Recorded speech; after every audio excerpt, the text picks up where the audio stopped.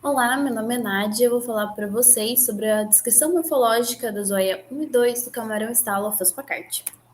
Bom, começando, falando um pouco da espécie do estudo, que é o Fospacardi, ele pertence ao gênero Alpheus e são conhecidos como camarões estalo. Isso é porque eles têm esse quelípodo altamente desenvolvido e na hora que eles fecham o quelípodo, eles fazem um sonzinho de estalo. Essa espécie, ela está distribuída do sul dos Estados Unidos até o sudeste do Brasil e geralmente são encontrados em locais de seagrass.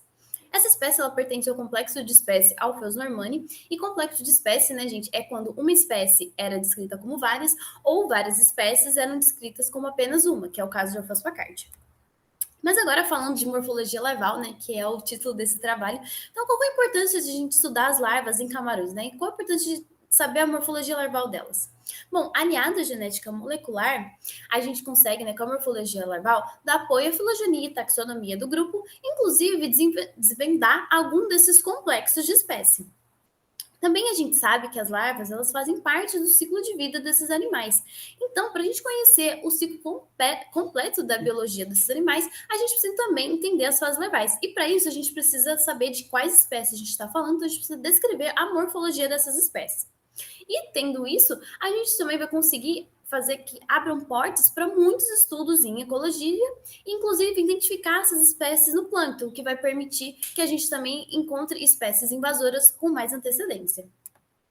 Bom, o objetivo do estudo, é descrever a morfologia, da zoea 1 e 2, e para isso, a gente fez uma coleta na Baía de Ubatuba, onde por meio de mergulho livre, a gente coletou aproximadamente 5 quilos de esquizoporela, que é esse animal aqui, e nós encontramos uma fêmea de Alpheus packard vivendo associada a esses túbulos. Essa fêmea ovígera, ela foi levada para o laboratório, onde a gente tentou manter as condições mais parecidas com o ambiente natural, até a eclosão das larvas. Na eclosão das larvas, a gente separa as larvas dessa fêmea, porque senão ela pode comer as larvas. E as larvas que apresentaram melhor aparência e natação foram fixadas em álcool glicerinado.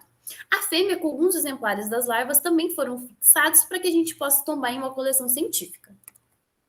Depois, com todas as larvas, a gente vai passar para a parte de dissecação, separação dos apêndices larvais. Então, utilizando estiletes bem finos e um estereomicroscópio, a gente separa cada um dos apêndices e faz a confecção aqui dessas lâminas semipermanentes, como vocês podem observar aqui. E depois que a gente consegue todos os apêndices fixados, a gente vai passar para a última etapa, que é de ilustração. Para isso, a gente utiliza um microscópio equipado com câmera clara, que é esse braço aqui no microscópio. Para quem não sabe, a câmera clara ela contém um conjunto de espelhos, que vai refletir a imagem aqui para o microscópio, e a imagem também da lâmina também vai ser refletida. Então, uma imagem vai ficar sobreposta à outra. E na hora que eu olhar no ocular, eu vou conseguir desenhar, contornar o que está na lâmina no papel. Com isso, a gente obtém a ilustração de cada um dos apêndices larvais, como vocês podem observar aqui. Eu coloquei dessa forma para ficar mais fácil de visualização de onde que eu estou tirando cada apêndice.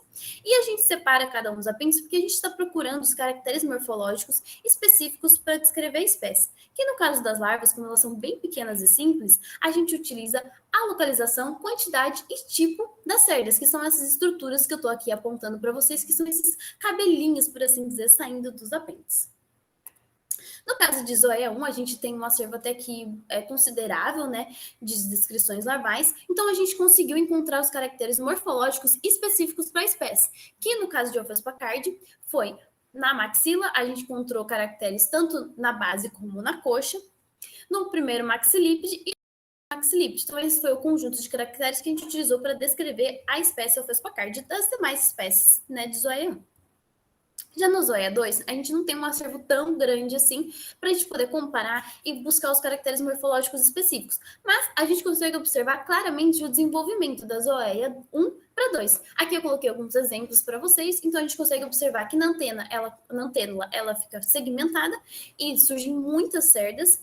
Na antênula ocorre a diminuição da segmentação. No Telson, a gente consegue observar um par de sedas plumosas que surgem meio aqui no meio, e também a aparição, começa a aparecer os urópodes. Nos periópodes, a gente começa a observar algumas segmentações. Então, nós podemos notar que, né, nesses dois estágios larvais, eles apresentam diferenças significativas e semelhanças também com outras espécies do gênero, permitindo a gente, assim, identificar o Fospacardi, né, no caso da zoea 1, das demais do gênero, e na zoea 2 a gente consegue observar esse desenvolvimento das larvas. Mas ainda é necessário mais descrições para o gênero para que a gente possa cada vez mais afunilar, né, esses caracteres morfológicos para cada vez ficar mais específico. E por fim, né, esses resultados, junto com outras espécies já descritas na literatura, possibilitarão uma confecção de uma chave de identificação de zoeias, né, no plâncton. Essas aqui são as minhas referências. Eu gostaria de agradecer a todos que contribuíram por esse trabalho. Muito obrigada. Até mais.